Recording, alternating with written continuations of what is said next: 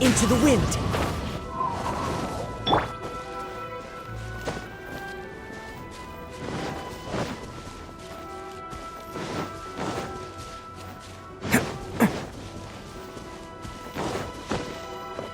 Can't catch me. Finally, you're back! Can we start our beetle fight now? Yeah, sure thing, buddy. But you better watch out. I brought a real winner back this time. Don't worry, I'm not scared of your beetle. Go, Stripey Ghost! I've got this fight in the bag. Let's go, Nimble Ninja. Huh? When did you come up with that name? Come on, you can take him, little guy.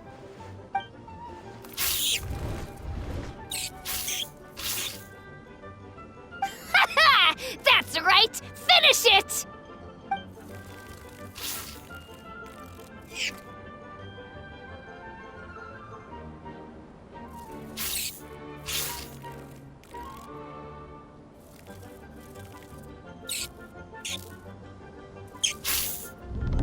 Oh, no! My little Nimble Ninja! Ha! Looks like I win again! Dang it! Ugh, it's my 7th loss in a row. Stripey Ghost is invincible! Even Uncle Ito can't beat him. I won't forget this. I'll beat you next time, I swear!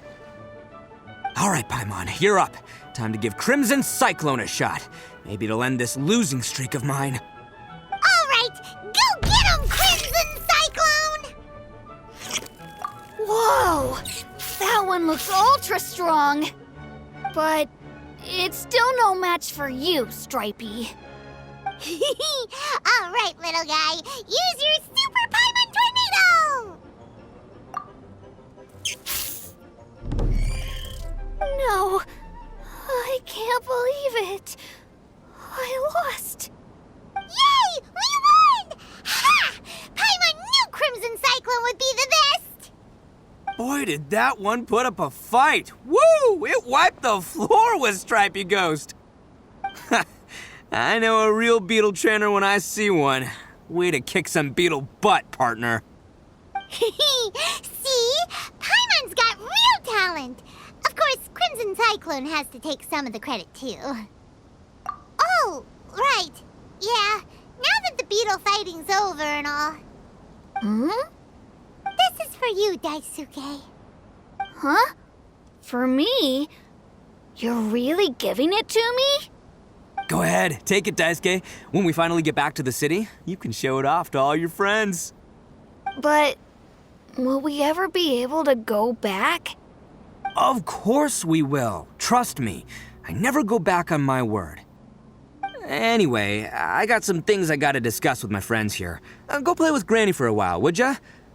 There's a good boy. Good. The kid doesn't suspect a thing. You're from the Tenryou Commission, aren't you?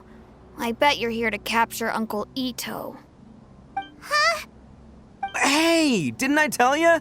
They're my friends. In fact, they're in the gang. We're practically family. That's not true. I already know everyone in your little gang, but I've never seen these two before. Uncle Ito didn't do anything wrong. Don't take him away. And not only did he not do anything wrong, he also saved my life. He's not a bad guy. Hey, some things we don't tell to outsiders, remember? How should I explain? I'm a real lousy liar. Ito, sometimes you need to just say what you have to say. Don't worry about us. I guess. Thanks, Granny. Seems I can't hide it anymore. Come with me. I'll explain everything. I'll be honest with you. This thing the Tenryou Commission is investigating, with someone going around taking people and their possessions, it wasn't me. Any of it. I have my own reasons for lying about it, and I really didn't want to get innocent people caught up in this while I'm still trying to solve the real problem here. And the same as you. I just want to avoid conflict at all costs. But it's just not worth it if someone gets hurt. So why in the world would you say that you're the culprit? Well, maybe you don't know because you're Outlanders, but it all started a long, long time ago with the story of the Crimson Oni and the Blue Oni. Hold on a second.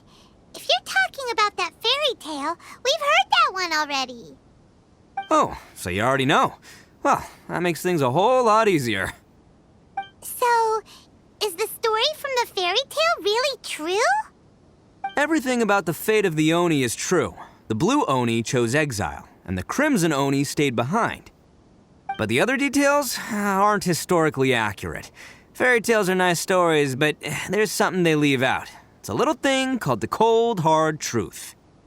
The Inazuma of long ago was a dangerous place. If you wanted the Raiden Shogun's protection, you had to have a good relationship with the humans. The Oni are a proud kind, so it wasn't easy for them to ask others for acceptance. Over time, the Oni eventually split into two factions. The Crimson Oni were friendly with the humans, but the Blue Oni, they were more stubborn and insisted on keeping to their own. Paimon thought you were two different species. So really, you're all one family? Yep, that's right. There's no real difference between us. We just paint our horns different colors to show which side we belong to.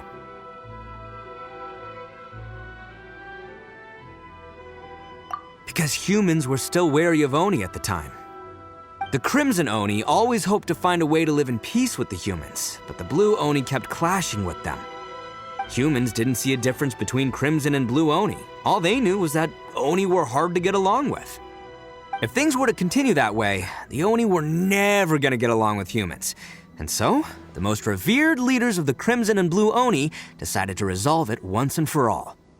Over drinks, they swore an oath. The Blue Oni would play the role of evil Oni to help the Crimson Oni integrate into human society. But the Blue Oni's leader gave two conditions. What were they? First, the Oni must abandon any prejudice they held against humanity. Every Oni was to accept humans in their heart before the humans accepted them. Oni were not to use their strength to mistreat humans, but were also not to stand for mistreatment against themselves. Second, the Crimson Oni were to integrate with human society, but not by trying to please the humans. The Oni were to embrace their own honest characters, their surging tempers, and their awesome strength to win respect from the humans. In other words, they were to carry on the Oni bloodline while also protecting our Oni pride. After choosing exile, the number of Blue Oni began to dwindle, until eventually, they disappeared altogether. Since I first heard the story of the Blue and Crimson Oni as a kid, I've heard it countless times in my life. Not once did I ever imagine that the Blue Oni clan had actually survived. So you're saying the real culprit was a descendant of the Blue Oni? That's right. Most people don't pay attention to the color of an Oni's horns. They probably don't even know that Blue Oni exist.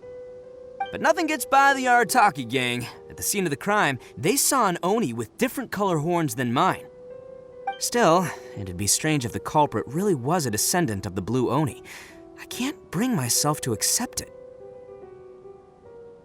Exactly. They would give up their life before abandoning their pride. I've always respected the Blue Oni for the sacrifice they made. And I know the aspirations my ancestors had for the future of all Oni. Our pride does not allow for any wrongdoing. You don't steal from other people. You don't harm other people, period. My guess is that the Blue Oni was tricked or forced into it somehow. But I don't have any evidence. That's right. If I didn't step in, the Tenryou Commission would have definitely caught them by now. But what does Daisuke have to do with any of this? He said that you saved him so he knows your story, right? He was the one I managed to save from the Ronin after I sent them running from the scene. He was off playing somewhere when they came by and ransacked his house. By the time he came back, his parents had been taken. The whole reason I'm in this is to help this kid find his mom and dad again.